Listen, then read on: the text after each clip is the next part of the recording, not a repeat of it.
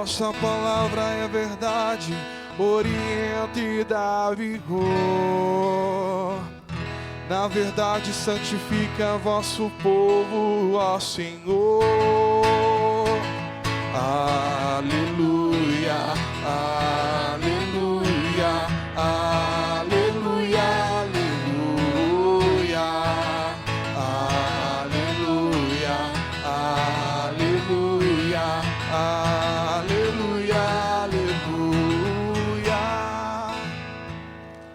O Senhor esteja convosco. Ele está no meio de nós. Proclamação do Evangelho de Jesus Cristo segundo Marcos. Glória a vós, Senhor. Naquele tempo, João disse a Jesus: Mestre, vimos um homem expulsar demônios em teu nome, mas nós o proibimos porque ele não nos segue. Jesus disse: Não o proibais, pois ninguém faz milagres em meu nome para depois falar mal de mim. Quem não é contra nós é a nosso favor. Em verdade, eu vos digo, quem vos der a beber um copo de água porque sois de Cristo, não ficará sem receber a sua recompensa. E, se alguém escandalizar um destes pequeninos que creem, melhor seria que fosse jogado no mar com uma pedra de moinho amarrada ao pescoço. Se tua mão te leva a pecar, corta-a. É melhor entrar na vida sem uma das mãos do que, tendo as duas, ir para o inferno, para o fogo que nunca se apaga. Se teu pé te leva a pecar, corta-o. É melhor entrar na vida sem um dos pés do que, tendo os dois, ser jogado no inferno. Se teu olho te leva a pecar, arranca-o. É melhor entrar no reino de Deus com um olho só, do que, tendo os dois, ser jogado no inferno, onde o verme deles não morre e o fogo não se apaga. Palavra da salvação. Glória a vós, Senhor. Aleluia, aleluia, aleluia, aleluia, aleluia, aleluia, aleluia, aleluia. Sentados, nos recolhamos em oração, num tempo de silêncio.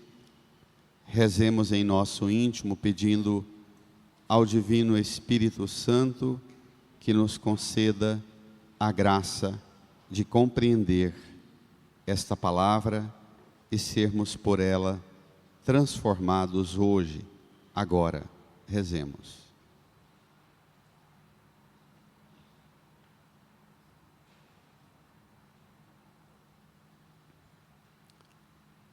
Amém. Irmãs e irmãos, a igreja celebra hoje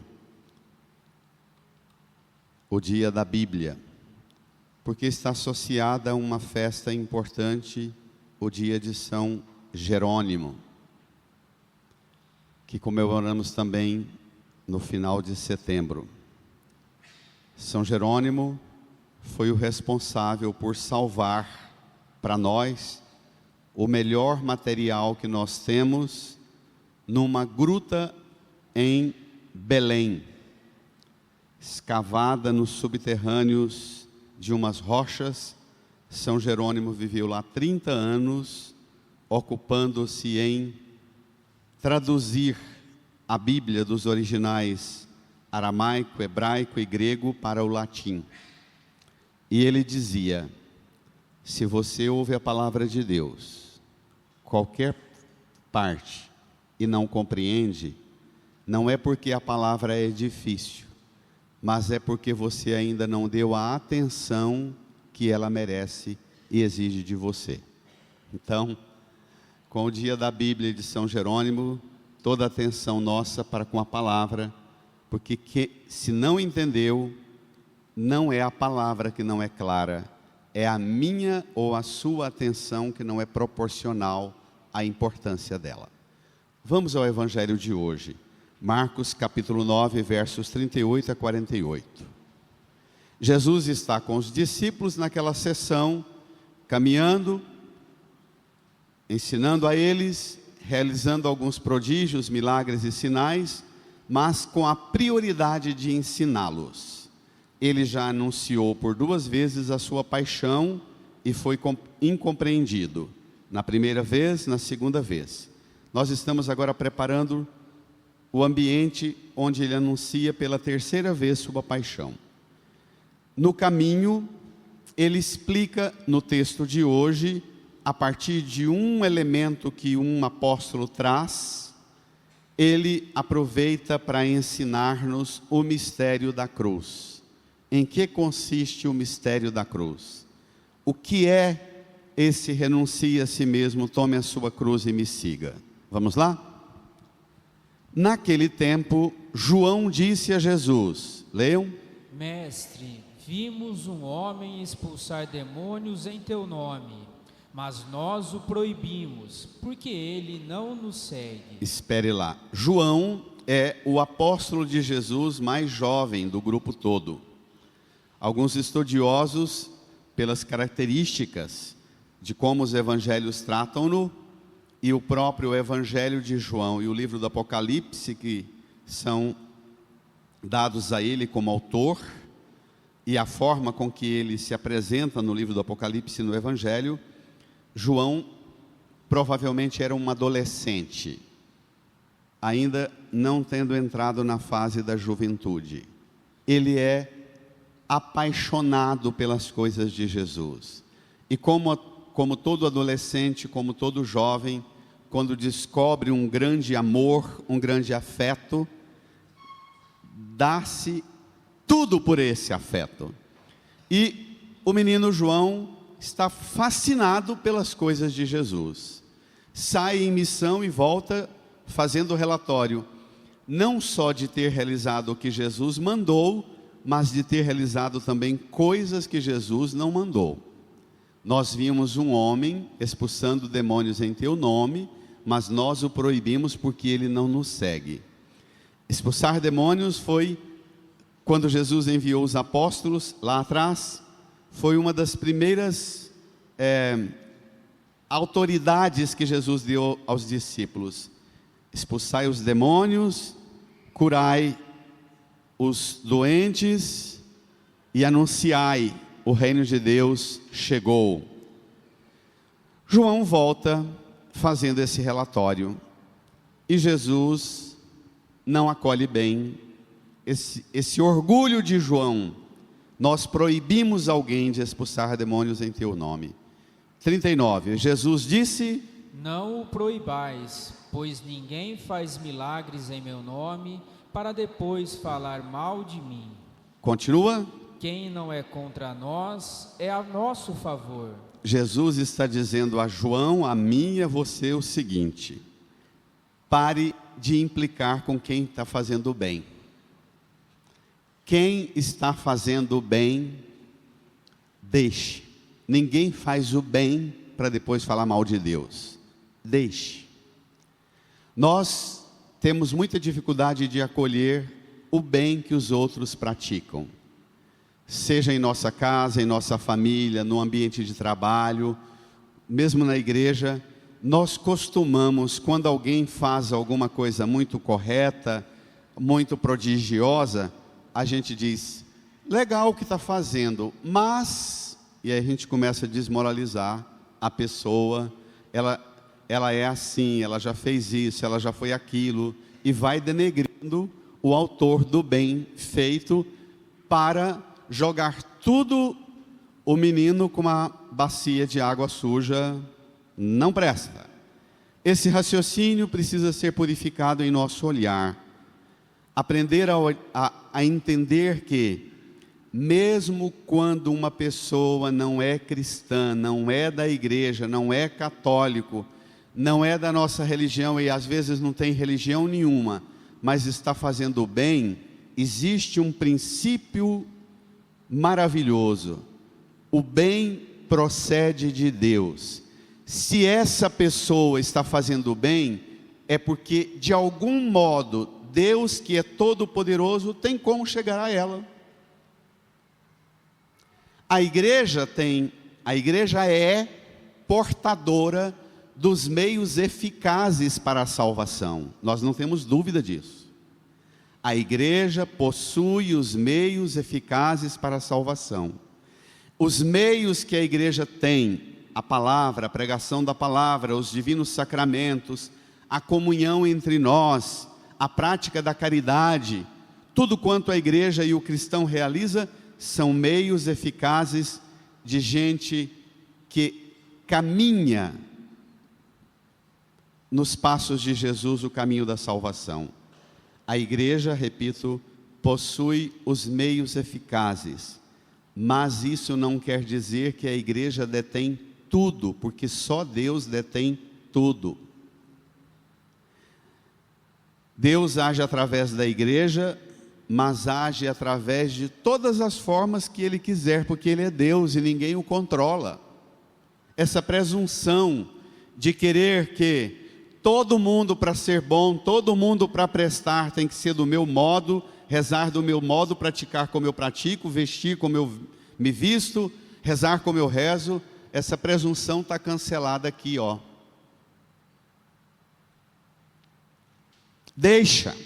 Pare de implicar com o bem. E aí Jesus dá um salto maravilhoso. Vamos ver? Versículo 41. Em verdade, eu vos digo, quem vos der a beber um copo de água, porque sois de Cristo, não ficará sem receber a sua recompensa. Do expulsar demônios, que era o ato mais heróico, mais bravo, dizer para o demônio, para o mal, que o tempo do mal acabou e encerrar a atividade do mal, cessar a atividade do mal, do ato maior, Jesus desce para o ato mais simples da relação humana. Quem vos der um copo de água, tá bom, não vai ficar sem receber a recompensa. Que salto, né? Então, o bem, quando ele é bem em todas as dimensões, não tem hierarquia que faz um ato simples de bondade perder o valor. Um copo com água sendo dado porque sois de Cristo, não fica sem receber a recompensa. E agora, Jesus vai entrar no ponto perigoso. Pare de implicar com os outros que fazem o bem, ainda que esses outros que fazem o bem tenham fraquezas, fragilidades, não sejam dos nossos, não participe da igreja, não viva aqui. Pare de ficar querendo controlar os outros e olhe para você e comece a buscar um autocontrole sobre você. Primeira regra, o escândalo. Vamos lá?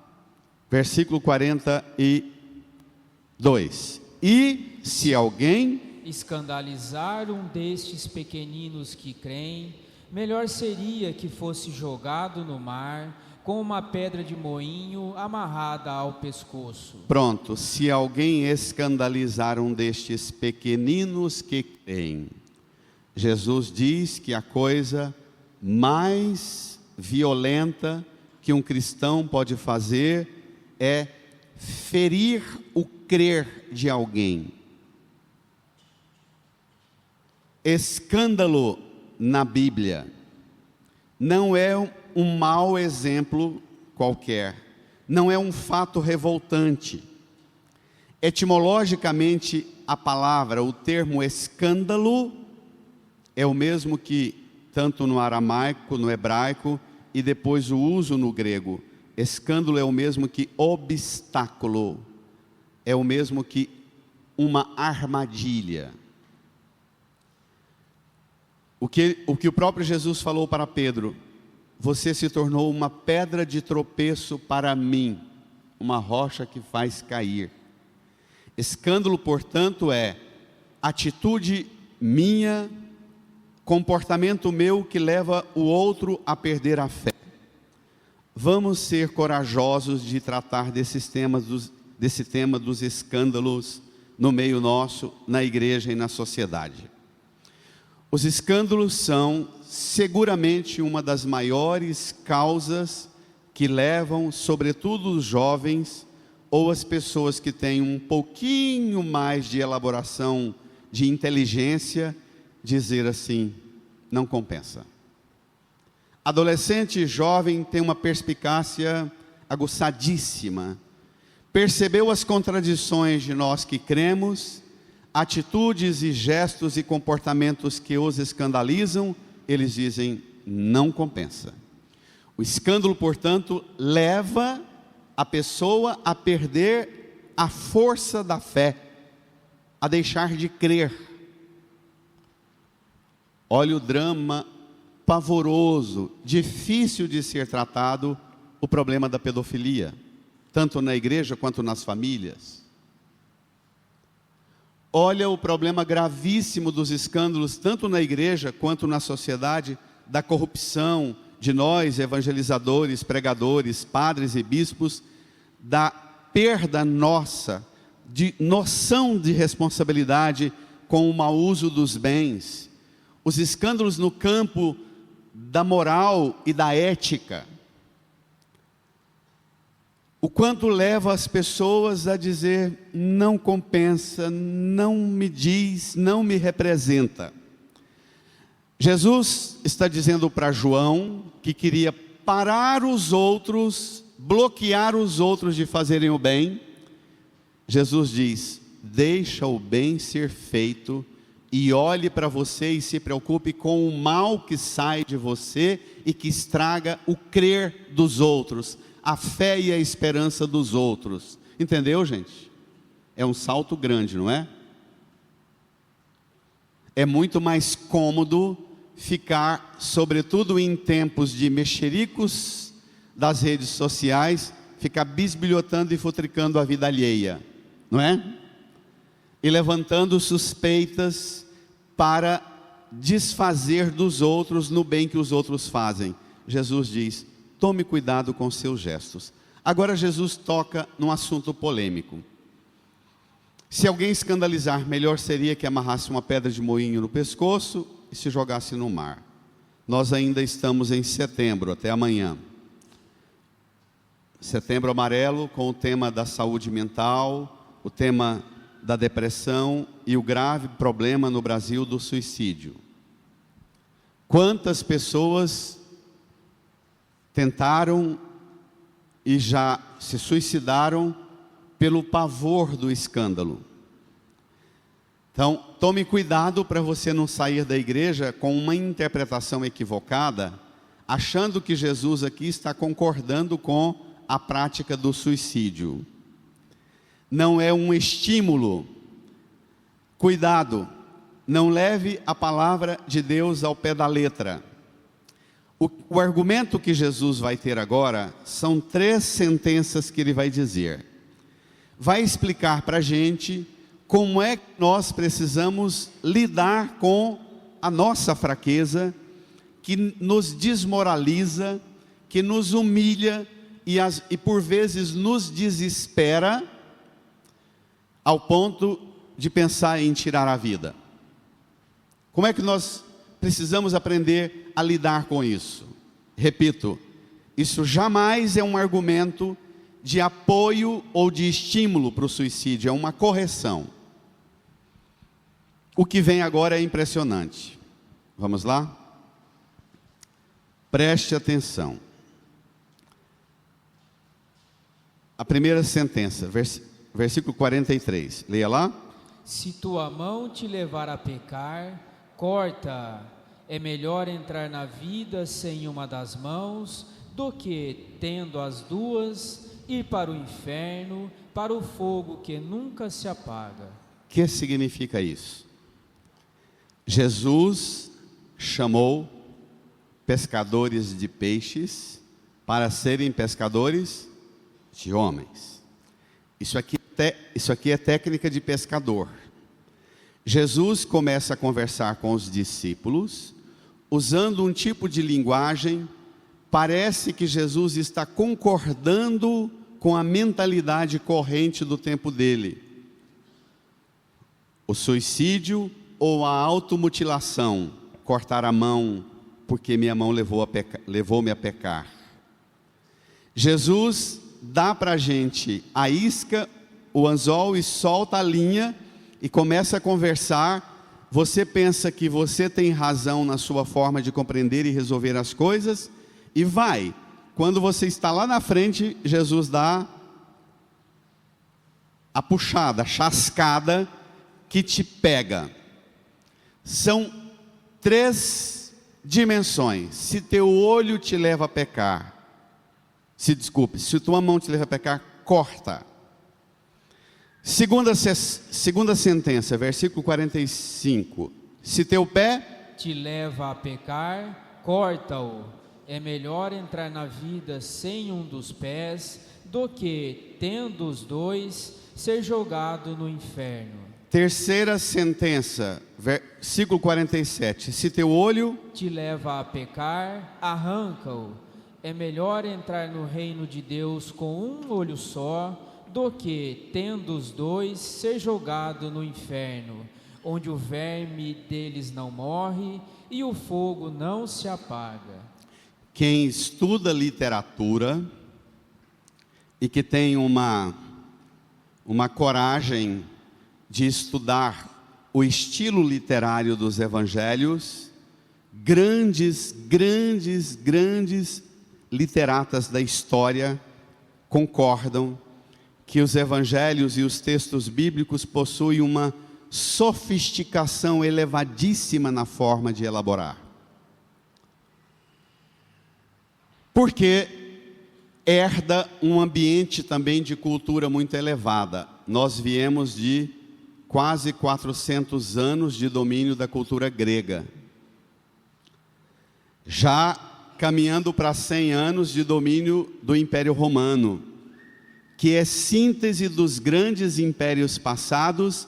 O Império Romano toma todo o arcabouço cultural, filosófico, do direito, do padrão de compreensão da cultura grega e elabora. O cristianismo nasce nesse ambiente de uma elevadíssima elaboração conceitual, cultural, vindo do mundo grego, na verdade do mundo babilônico, persa, grego e por que não dizer também do Egito. A gente precisa de pedir ao Espírito Santo para dar conta de elaborar a intuição que o texto sagrado tem. Vamos mexer de forma mais palpável em nós. Preste atenção. São três partes do corpo. A primeira é o quê? A mão. A segunda, o pé. O terceiro, o olho. O que significa isso?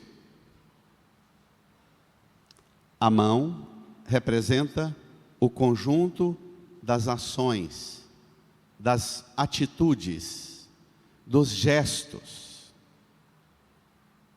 O pé representa o ir e vir, que é símbolo da liberdade. O olho, janela da alma, apelidado como a janela da alma, é o símbolo, o órgão do corpo e dos 5 sentidos, que alcança no sentido da visão e percebe realidades mais distantes do que todos os outros sentidos, o tato, o olfato, o palato, não é? O olho vê de longe e se encanta ou se espanta. Então, nós estamos falando de 3 dimensões da vida e do corpo humano. Nós estamos aqui agora juntando o que infelizmente nós separamos na cultura moderna. Quem tem um pouquinho de noção de filosofia ou de direito ou de literatura, sabe que um dos problemas mais graves no mundo de hoje é que nós cometemos um divórcio grave em 2 conceitos fundamentais para a fé. nós separamos moral de ética e ética de moral. Esse é o problema. A moral, que está associada aos padrões sociais, ao certo e errado, separou-se da ética, que de certo modo está vinculado ao modo de vida pessoal, com base nos valores fundamentais, que decide no meu fundamento de base de vida, o que é o bem e o que é o mal. Nós separamos. De forma rasteira, fazendo um atalho gigantesco para a grave situação de hoje, nós reduzimos a moral a costumes, especialmente no campo da sexualidade, e reduzimos ética, particularmente no campo dos direitos e dos direitos sociais. O que foi feito? A direita sequestrou a moral, e ela quer ser representante de uma perfeição da pauta dos costumes, e a esquerda sequestrou o conceito de ética. E ela acha que ela é a única que pode falar de direitos, inclusive mutilando o fundamento ético, porque não existe ética do direito sem ética das obrigações e dos deveres, não é? Ainda mutilou. Então, nós temos dois polos, dois extremos: a direita com a pauta dos costumes e a moral, e a esquerda com a pauta da ética, dos direitos. Você só vai ser cristão de verdade o dia que você reconciliar esses dois conceitos. E entender que não tem modo de padrão social que deva se opor aos fundamentos éticos, e não tem modo de fundamento ético dos direitos e deveres que não deva respeitar a pauta dos costumes. Enquanto você não fizer isso, você não dará conta do salto que eu vou te propor agora. Quando Jesus fala da mão, do pé e do olho, Jesus está dizendo: olha, você é um ser inteiro, mutilado, dividido, fragmentado pelo pecado e pelas ideologias. Você precisa aprender a pensar as coisas de forma inteira. A mão, portanto, representa o conjunto dos seus atos. Se os seus atos te levam a pecar, corta esses atos. Aqui não é a tradução literal de comprar um facão, daqueles bons lá do sul. Cometi um erro, mete a faca na mão, amputa a mão, não vou errar mais. Aqui é literatura, e é literatura sofisticada, de altíssimo nível. Não é esse panfletinho que você lê assim, não mergulha no aprofundamento da compreensão larga. Ainda mais que nós estamos falando dentro da Igreja Católica. A fé católica, que significa universal, quer dizer o seguinte: não há nenhum tema humano que não lhe deva interessar. É isso que significa ser católico. Não há uma dimensão da vida e da fé com a qual eu não deva me interessar e me obrigar a entender e a responder por ele.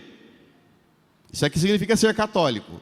Significa tudo quanto tem a ver com a pessoa humana, com a criação de Deus, com a fé, com a existência, eu preciso me ocupar. A universalidade dos temas dos povos, nós poderíamos dizer, não temos nada a ver com Israel, que não é cristão, brigando com Hezbollah lá no Líbano. O problema é que a violência do Hezbollah e de Israel está matando um monte de gente inocente que não tem nada a ver com o surto dos dois. E ainda que fossem só eles matando eles mesmos, nós não poderíamos concordar com aquela barbaridade que está lá. Porque nós precisamos nos posicionar moral e eticamente. Se tua mão te leva a pecar, se suas ações te levam a pecar, abra o jogo, diz: eu não posso mexer com esse trabalho, com esse tipo de situação, porque eu estou cedendo e minha mão está me levando a pecar. Corta os atos, corta as ações. Se o teu pé te leva a pecar, é a liberdade. Você não está sabendo ser livre. Uma família sadia e saudável é aquela família que o adolescente ou o jovem tem coragem de sentar com o pai, sentar com a mãe, com o irmão e dizer assim: olha, eu gosto demais da minha escola, dos meus colegas de escola, mas eles têm praticado algumas coisas que eu corro o risco de não dar conta, de na minha liberdade me segurar, e eu posso correr o risco de entrar no campo das coisas erradas que eles fazem. Eu preciso da ajuda de vocês para não perder a minha liberdade usando-a de forma errada. Está entendido? Cortar o pé aqui é cortar os passos que te levam para o caminho do erro. Corta, corta. O olho, vou até subir para ver mais longe. Livro do Gênesis, a serpente conversando com Eva, diz: é verdade que Deus disse que vocês não podem comer de nenhuma das árvores do fruto do jardim? Eva: não, serpente, não é todas as árvores não, é de uma árvore só, a que está no centro do jardim. Aí a serpente diz: não, de modo algum, Deus sabe que o dia em que comerdes do fruto da árvore que está no centro do jardim, vossos olhos se abrirão e vós sereis como deuses, donos do bem e do mal. Eva viu que o fruto era agradável aos olhos e comeu. O que significa o olho leva a pecar? Se teu olho transforma você em uma escrava, um escravo dos desejos, corte e eduque os seus desejos. No passado, a gente ensinava uma forma ao pé da letra, que era da mutilação, não é? Do flagelar o corpo, do cilício, que hoje tem uns malucos aí querendo voltar à grande disciplina do cilício. Ora, só quem não sabe ser livre e contar com a ajuda do Espírito Santo é louco bastante para ficar se mutilando com cilício. Vai! Só quem é doido. Porque hoje nós temos ferramentas mais poderosas do que o silício. Nós temos a inteligência, nós temos a ciência, temos a psicologia, temos a antropologia, nós temos, não é? A sociologia, nós temos várias ciências que interligadas dão conta de perceber para que lado a gente pode conduzir a vida, a educação, o ambiente de educação dos filhos, para florescer para o lado que as ações são sadias, que a liberdade é sadia e que os desejos são sadios. É muito mais elevado, seria muito mais um atalho, mais violento, mais rápido, se a gente levasse ao pé da letra e amarrasse uma pedra do pescoço e pegasse uma faca e começasse a cortar. Não é? Mas existe um caminho mais elevado, que é educar as ações segundo o fundamento ético e moral da fé. Educar a liberdade segundo o fundamento ético e moral da fé. Educar os desejos segundo o fundamento ético e moral da fé. Dá mais trabalho? Dá. Mas a videira que se educa nesse trato, ela vai dar muito mais frutos do que qualquer outra cuidada de outro modo. Para você entender isso, você precisa olhar para a cruz. Olhemos para a cruz.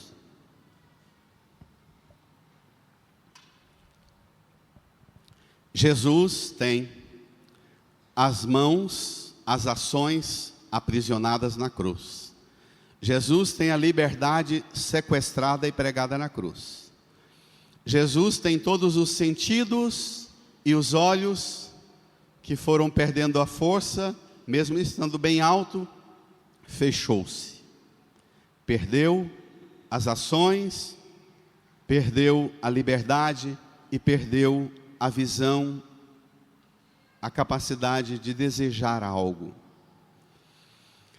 Mas foi exatamente quando o pecado do homem reagiu, rejeitando Jesus e pregando-o na cruz, porque ele disse que é possível ser mulher e homem de um modo novo. Quando pensávamos, agora nós calamos e vencemos a ele, foi exatamente aí que ele ofereceu a sua maior ação, deu sua vida. A sua maior liberdade, aceitou ser morto na cruz.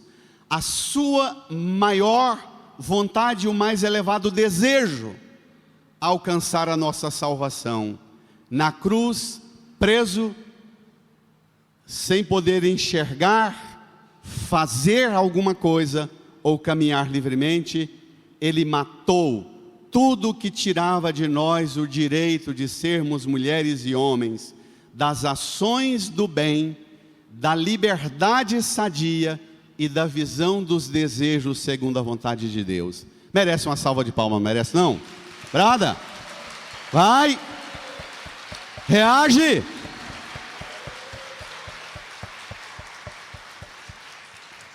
Se você quiser ser livre, aprenda com a cruz de Jesus a fugir dos atos, das ações más, da liberdade mal usada e dos desejos que te escravizam no pecado. O problema é que Jesus fala por 3 vezes: se tua mão te leva a pecar, teu pé te leva a pecar, teu olho te leva a pecar. O problema é que nós vivemos numa sociedade de gente doente, de gente maluca. Eu vivo repetindo isso, é um jargão. Nós temos 2 tipos de doido dentro da igreja. Aqueles doidos e malucos para quem tudo é pecado e tudo é assombro, tudo é barulho do capeta e do Satanás, tudo é pecado. Gente obcecada que você não pode dar uma gargalhada, você não pode ser feliz um pouco, é pecado. Temos esse povo neurótico, doente, obcecado pelo pecado. Mas nós temos uma outra ponta de gente doente, aquele tipo de gente louca dentro da igreja para quem nada é pecado. Tudo é permitido, tudo Deus é bom, Deus perdoa, Deus dá um jeito. Nós precisamos, de novo, na cruz, nos libertar dessas 2 formas polarizadas e equivocadas de pensar. Tudo não é pecado e pecado existe. Existe. Inclusive, mesmo quando você não é capaz de enxergá-lo na sua vida. Pecado é algo que é mais fácil encontrar na vida alheia. Não é não? Mas vem comigo que você vai se assustar com o que você vai achar agora. No Salmo de hoje, o Salmo 118. Olha que coisa impressionante este versículo, primeira, segunda, terceira estrofe do Salmo, versículo 13. Impressionante o final da terceira estrofe. Mas quem pode perceber as suas próprias faltas, Senhor? Leia. Perdoai as que não vejo. Ah, tá. Existem faltas que eu... Vamos repetir comigo? Existem faltas em mim que eu não vejo. Põe a mão no seu coração e crie coragem de falar isso. Existem faltas em mim que eu não vejo. Pronto.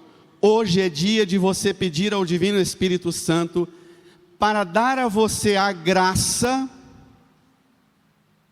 de tomar consciência de que existem faltas que você não é capaz de enxergá-las. Mas elas existem. Todo mundo vê. Quem não gosta de você vive botando nas redes sociais que você faz aquilo.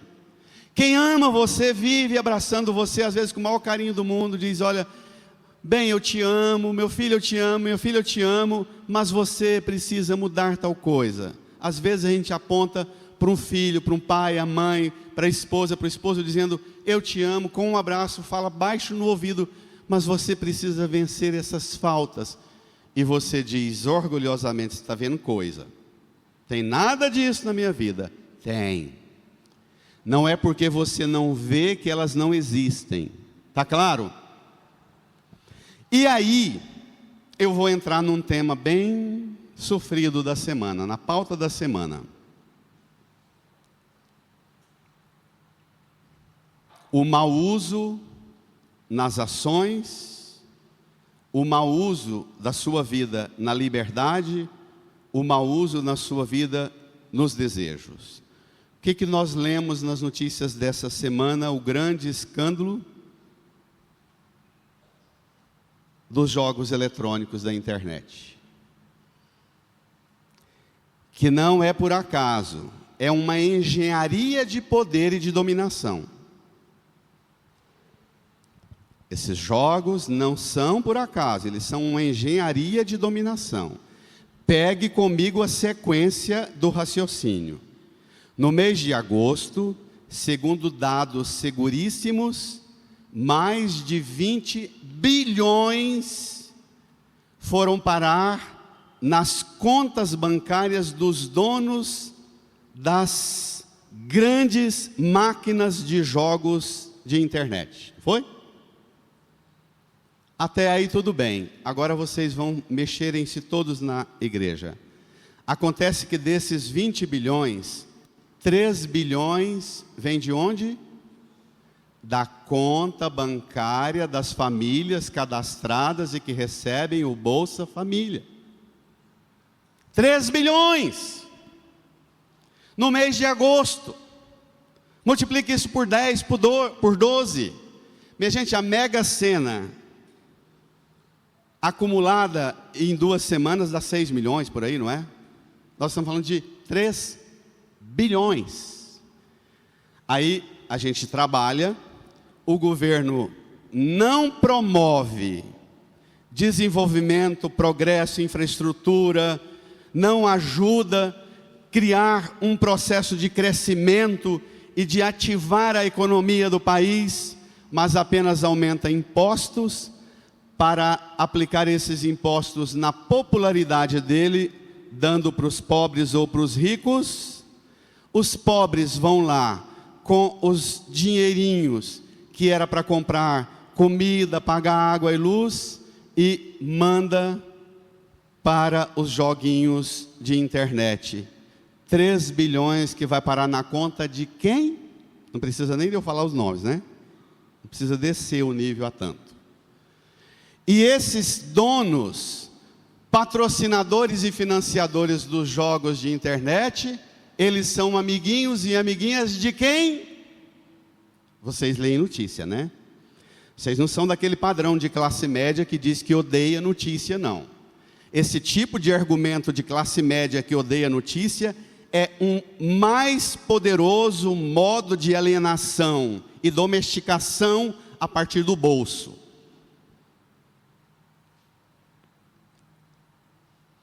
Quando nós olhamos para uma realidade assim, como essa desta semana, aí a gente tem coragem, não precisa nem de comentário, mas como uma oração, comparando as manchetes dos jornais da semana com a palavra de Deus. Leia comigo a segunda leitura, vem comigo.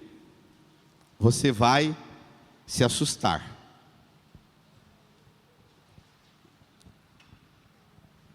E agora, ricos, leiam. Chorai e gemei, por causa das desgraças que estão para cair sobre vós. Vossa riqueza está apodrecendo, e vossas roupas estão carcomidas pelas traças. Vosso ouro e vossa prata estão enferrujados, e a ferrugem deles vai servir de testemunho contra vós e devorar vossas carnes como fogo. Pergunta: os seus bens já começaram a comer a sua carne com a ferrugem deles?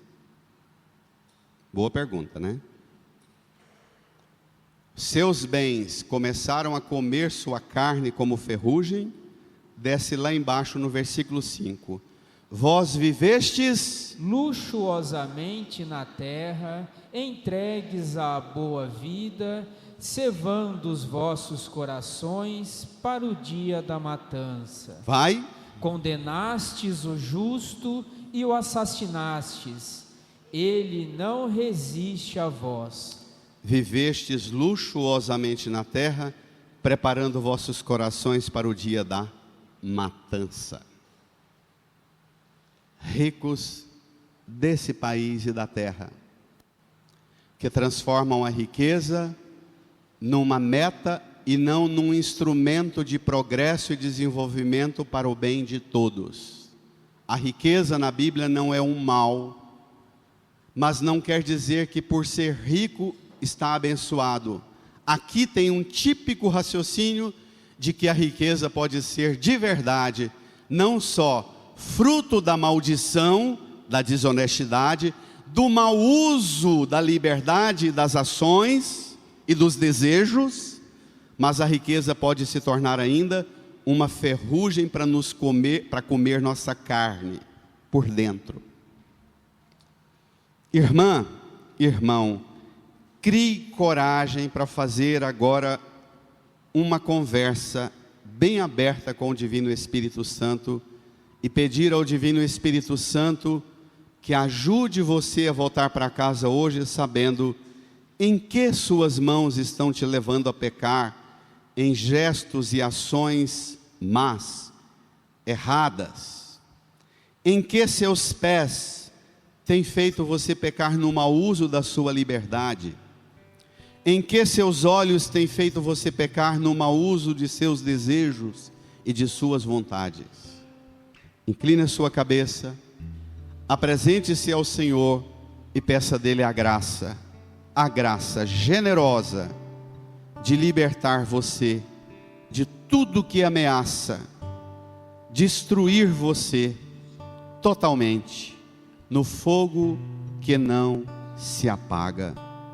Fale para Jesus que você crê que Ele tem poder de te libertar e te salvar, devolver a você a dignidade de filha e filho do Pai. Fale com Ele.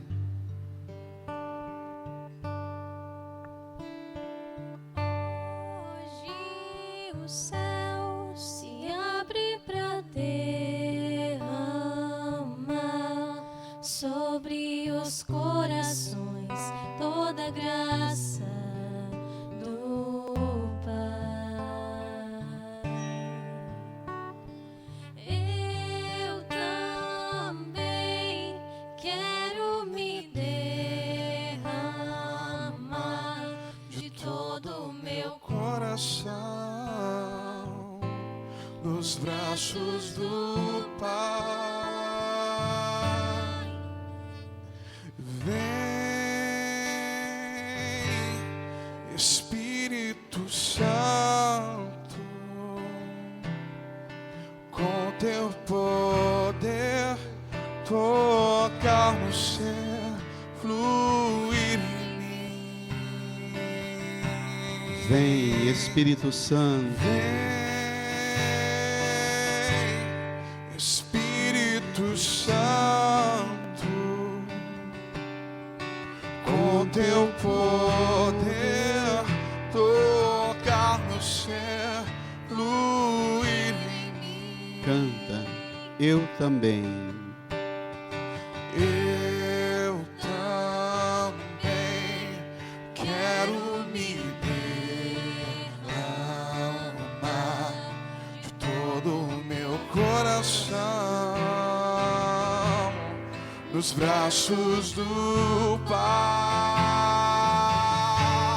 Vem, Espírito Santo. Vem, Espírito Santo, Com teu poder com teu poder tocar tocar meu meu ser, fluir em mim. De pé, elevando as mãos aqui para a cruz. Canta. Espírito Santo, com teu poder, toca meu ser, fluir. Estenda as suas mãos para a cruz de Jesus e reze comigo. Senhor Jesus, por suas mãos pregadas na cruz, liberta as minhas mãos das ações más que me levam a pecar. Por sua cabeça coroada de espinhos, limpa, purifica a minha mente, a minha visão, e dá-me a graça de não ser mais escravo dos meus desejos que me levam a pecar. Por seus pés pregados na cruz, restaura, Senhor, a dignidade da minha vida, devolve a minha liberdade e não me deixe mais ser escravo no mau uso da minha liberdade. Vem, Jesus, hoje, tira de mim tudo que me leva a perder a dignidade de filho de Deus. Restaura-me, regenera-me, segundo o amor do Senhor, do Pai e do Espírito Santo. Eu aceito, Jesus, a sua entrega na cruz para me libertar do pecado. Põe a mão no seu coração, feche os olhos e faça a sua oração dizendo a Jesus que você acolhe tudo o que Ele ofertou na cruz para devolver a você a graça de uma vida de bênção nas ações, nos desejos sadios e educados e numa liberdade educada segundo o coração de Deus. Agradeça e louve o Senhor, faça a sua oração bendizendo a Ele. Obrigado, Jesus. E use os seus olhos, suas mãos, use os seus pés livres para se dirigir para quem está do seu lado e dê um abraço carinhoso e deseja a paz de Jesus. Saudai-vos.